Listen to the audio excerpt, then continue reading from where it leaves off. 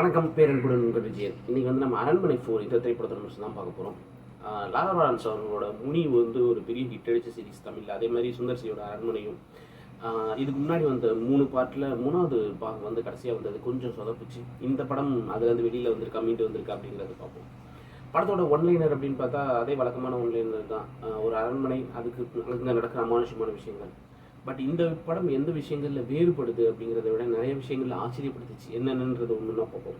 முதல்ல ஒன்லைனர் நான் சொன்ன மாதிரி ஒரு அரண்மனை, அதில் நடக்கிற அமானுஷ விஷயங்கள். இதுக்கு முன்னாடி வந்து 3 பார்ட்லேயும் வந்து அந்த அரண்மனைக்குள்ளார நடக்கிற ஒரு கொலை, அதில் பாதிக்கப்படுற கதாபாத்திரம் வந்து அமானுஷ சக்தியாக மாறி மற்றவங்களெல்லாம் பழி வாங்குற மாதிரியான கதை.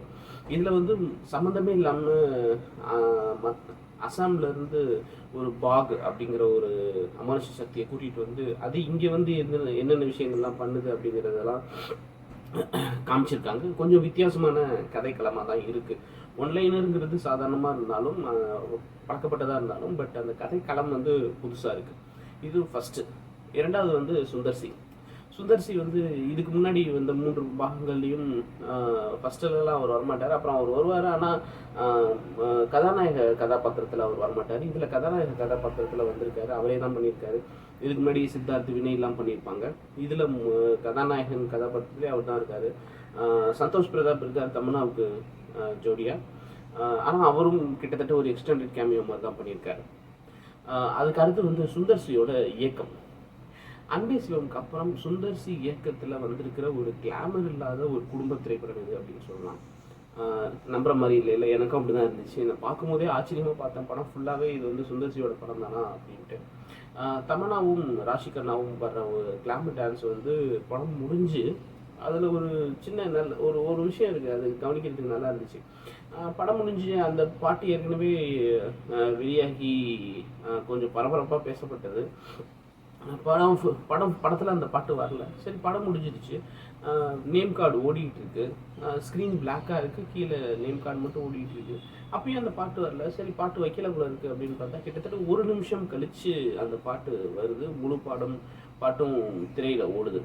நான் என்ன அனுமானித்தேன், என்னுடைய கருத்து என்ன அப்படின்னா, அது 1 நிமிஷம் எதுக்கு அப்படின்னா, குடும்பங்கள்லாம் தேட்டரை விட்டு வெளியில் வர்றதுக்காக.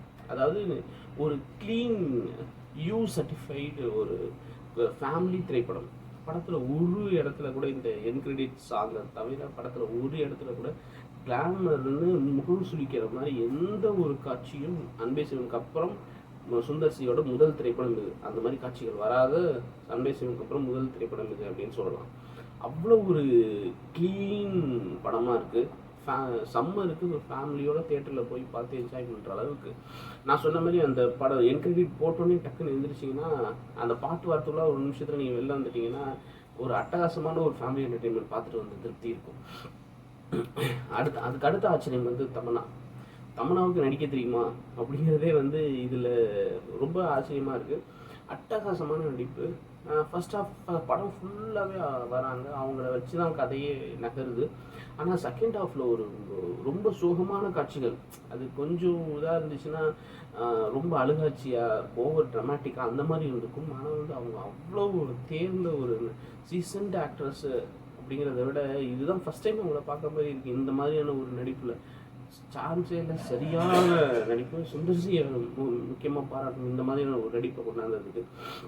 அதுக்கப்புறம் சுந்தர்சியோட நடிப்பை பற்றி நமக்கு தெரியும். இருந்தாலும் அந்த டுவர்ட்ஸ் கிளைமேக்ஸில் தங்கச்சியை பற்றி பேசுகிற ஒரு லென்த்தான ஷார்ட்ஸ் இருக்குது, அது நம்மளே கண்கலங்க வச்சிடுறாரு. அதுக்கப்புறம் காமெடின்னு எடுத்துக்கிட்டால் படம் நெருக்கடியும் ஓரளவுக்கு இருக்குது. யோகி பாபு, விடிவி கணேஷ், நடுவில் ஒரு கேமியோ மாதிரி நான் கடவுள் ராஜேந்திரன் வராரு. யோகி பாபுவும் விடிவி கணேஷும் ஃபுல் படத்துலையும் வராங்க. கோவை சார்லாம் இருக்காங்க. ஓரளவுக்கு நம்ம சேஷு இருக்கார், டெல்லி கணேஷ் இருக்கார், ஓரளவுக்கு காமெடி இருக்குது. ஆனால் கிளைமேக்ஸுக்கு முன்னாடி ஒரு 10 நிமிஷம் லென்த்தாக ஒரு ஷாட் வரும். அந்த பேயும் சேர்ந்து இவங்களோட சேர்ந்து காமெடி பண்ணுற அந்த லென்த்தான ஷாட்டு உங்களுக்கு கண்டிப்பாக சிரித்து வயிறு வலிக்கும். அப்படி ஒரு அற்புதமான அந்த ஒரு சீன் எடுத்திருக்காங்க, ஒரு 10 நிமிஷம். அப்புறம் கிளைமேக்ஸு கேட்கவே வேணாம். சுந்தர்சி படங்களில் எப்போதுமே அந்த ஹாரர் படங்களில் ஒரு சாமி பாட்டு வரும், முருகன் அல்லது அம்மன் பாட்டு வரும். அது அப்படியே தேட்டரே எந்திரிச்சு சாமி வந்து ஆட வைக்கும். அந்த மாதிரியான ஒரு சாங் வரும். அதே மாதிரியான ஒரு சாங் இது வந்திருக்கு. அதில் ஒரு 90s ஹீரோயின்ஸ் 2 பேர் கேமியோ வேறு டான்ஸ் ஆடியிருக்காங்க. அந்த பாட்டு மியூசிக்காக இருக்கட்டும், அது எடுத்த விதமாக இருக்கட்டும், அதுக்கு நடுவில் ஒரு ஆக்ஷன் சீக்வன்ஸாக இருக்கட்டும், சுந்தர் சி படம் அரண்மனையில் தி பெஸ்ட்டு, முக்கியமாக கிளைமேக்ஸில் தி பெஸ்ட்டு இது அப்படின்னு சொல்லலாம். அவ்வளோ அட்டகாசமாக எடுத்திருக்காங்க அந்த கிளைமேக்ஸ் சீனை, சாங் அண்டு சீனை. அதுக்கப்புறம் கடைசியாக ஹிப்ஹாப் தமிழ் ஆதியோட பிஜிஎம் சாங்னு பார்த்தா 2 சாங் தான். ஒரு தாலாட்டு சாங்கு, அதுவே 2 தடவை வருது. முக்கியமான விஷயம், படத்தில் டூயட் இல்லை. 2 ஹீரோயின் இருக்காங்க, ஆனால் படத்தில் டூயட் கிடையாது. உண்மையிலேயே சுந்தர் சிக்கு பாராட்டுக்கள், மிகப்பெரிய விஷயம் இது.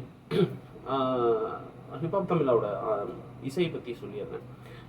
இந்த 2 சாங் தான் அந்த மொத்த சரக்கையும் அந்த 2 சாங்லேயுமே இறக்கிடுறாரு. தாலாட்லேயும் சரி, அந்த கடைசியாக வர்ற கிளைமேக்ஸ் சாங்லேயும் சரி, சரியான அடி அடிச்சிருக்காரு. பிஜிஎம் சான்ஸே இல்லை. நம்ம ஹிப்ஹாப் தமிழ் ஆதியா இது அப்படிங்கிற அளவுக்கான அவருடைய கரியர் பெஸ்ட்டு பிஜிஎம் இது அப்படின்னு சொல்லலாம். தேட்டர் உண்மையிலேயே சீட்டெல்லாம் அப்படியே அதிர்ந்து அந்த கிளைமேக்ஸ் சாங் முடிக்கும் போது அப்படி ஒரு நிம்மதி பெருமூச்சு வந்து பாருங்க. அப்படி ஒரு பிஜிஎம், அட்டகாசமான பிஜிஎம். அருமையாக செமையாக பண்ணியிருக்காரு, பயங்கரமாக உழைச்சிருக்காரு அப்படின்னு சொல்லணும். மொத்தத்தில் இது வந்து இந்த சம்மர் இது வந்து ஒரு தமிழ் சினிமாவுக்கு ஒரு கம்பேக்காக இருக்குமா? இந்த வருடம் பெரிய ஹிட் எதுவுமே இல்லை. தமிழ் சினிமாவுக்கு கம்பேக்காக இருக்குமா? கண்டிப்பாக இருக்கும். ஏற்கனவே ஹிட் அடித்து படம் ஹவுஸ்ஃபுல்லாக ஓடிட்டு இருக்கு, ஸ்க்ரீன்ஸ்லாம் இன்க்ரீஸ் ஆகி. இந்த படம் தான் இந்த வருஷத்தோட முதல் வருத்தமான விஷயம் தான். 4 மாதத்தில் ஒரு தமிழ் படம் கூட ஹிட் அடிக்கல பாக்ஸ் ஆஃபீஸில். 2024 முதல் தமிழ் பாக்ஸ் ஆஃபீஸ் ஹிட்டு இந்த அரண்மனை 4. இந்த சம்மர் லீவில் குழந்தைங்களோடு தியேட்டரில் போய் நல்லா பார்த்து சிரித்து ஜாலியாக என்ஜாய் பண்ணிட்டு வரலாம். எந்த விதமான உறுத்தலும் இல்லாமல் பார்த்து என்ஜாய் பண்ணக்கூடிய ஒரு திரைப்படம். இந்த வீடியோ பிடிச்சிருந்தா லைக் பண்ணி, ஷேர் பண்ணி, கமெண்ட் பண்ணுங்கள், சேனல் சப்ஸ்கிரைப் பண்ணுங்கள். அன்பு பெறுகிறோம்.